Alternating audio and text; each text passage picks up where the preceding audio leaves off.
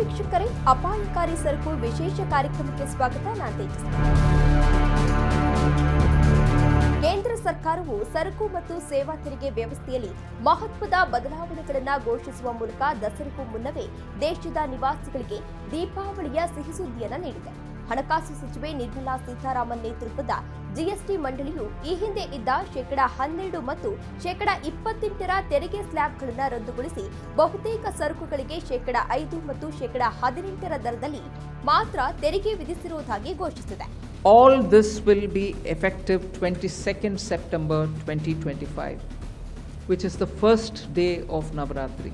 The changes in GST rates of all goods except for pan masala, gutka, cigarettes, chewing tobacco, products like zarda, unmanufactured tobacco, BD, will be implemented with effect from 22nd September 25.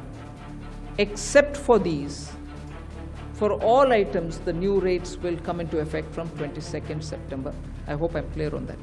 ಇದರ ಜೊತೆಗೆ ಅಪಾಯಕಾರಿ ಸರಕುಗಳು ಮತ್ತು ಕೆಲವು ಐಷಾರಾಮಿ ವಸ್ತುಗಳಿಗೆಂದೇ ಶೇಕಡಾ 40ರ ವಿಶೇಷ ತೆರಿಗೆ ದರವನ್ನು ಪರಿಚಯಿಸಲಾಗಿದೆ.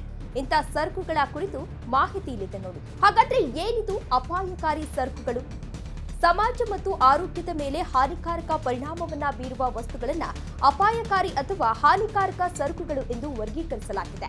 ಇವುಗಳನ್ನು ಡಿಮೆರಿಟ್ ಗೂಡ್ಸ್ ಎಂದು ಕರೆಯುತ್ತಾರೆ. ಇವುಗಳ ಬಳಕೆಯನ್ನ ಕಡಿಮೆ ಮಾಡುವ ಮತ್ತು ಸಾರ್ವಜನಿಕ ಕಲ್ಯಾಣಕ್ಕಾಗಿ ಹೆಚ್ಚಿನ ಆದಾಯವನ್ನ ಗಳಿಸುವ ಉದ್ದೇಶದಿಂದ ಸರ್ಕಾರವು ಇವುಗಳ ಮೇಲೆ ಅತಿ ಹೆಚ್ಚಿನ ತೆರಿಗೆಯನ್ನ ವಿಧಿಸುತ್ತದೆ. ಮದ್ಯವನ್ನು ಹಾನಿಕಾರಕ ಸರಕು ಎಂದು ಪರಿಗಣಿಸಲಾಗಿದ್ರೂ ಅದು ಜಿಎಸ್ಟಿ ವ್ಯಾಪ್ತಿಯಿಂದ ಹೊರಗಿದೆ. ರಾಜ್ಯಗಳು ಅದರ ಮೇಲೆ ಪ್ರತ್ಯೇಕವಾಗಿ ಅಬಕಾರಿ ಸುಂಕವನ್ನ ವಿಧಿಸುತ್ತವೆ. ಅತಿ ಹೆಚ್ಚಿನ ತೆರಿಗೆ ಯಾಕೆ ಅಂತ ನೋಡೋದಾದ್ರೆ, ಅಪಾಯಕಾರಿ ಸರಕುಗಳ ಮೇಲೆ ಈ ಹಿಂದೆ ಶೇಕಡಾ 28ರಷ್ಟು ಜಿಎಸ್ಟಿ ಮತ್ತು ಹೆಚ್ಚುವರಿ ಪರಿಹಾರ ಸೆಸ್ ಅನ್ನು ವಿಧಿಸಲಾಗ್ತಾ ಇತ್ತು. ಈಗ ಈ ದರವನ್ನ ಶೇಕಡಾ 40ಕ್ಕೆ ಹೆಚ್ಚಿಸಲಾಗಿದೆ.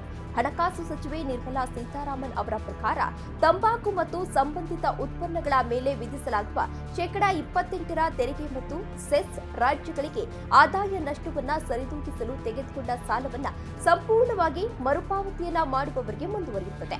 ನಂತರ ಈ ವಸ್ತುಗಳ ಮೇಲೆ ಅವುಗಳ ಚಿಲ್ಲರೆ ಮಾರಾಟ ಬೆಲೆಯ ಆಧಾರದ ಮೇಲೆ ಜಿಎಸ್ಟಿಯನ್ನ ವಿಧಿಸಲು ನಿರ್ಧರಿಸಲಾಗಿದೆ. ಶೇಕಡಾ 40 ತೆರಿಗೆ ವ್ಯಾಪ್ತಿಗೆ ಬರುವ ವಸ್ತುಗಳು ಯಾವುವು ಅಂತ ನೋಡೋದಾದ್ರೆ, ಪಾನ್ ಮಸಾಲ, ಗುಟ್ಕಾ, ಸಿಗರೆಟ್ ಮತ್ತು ಇತರೆ ತಂಬಾಕು ಉತ್ಪನ್ನಗಳು.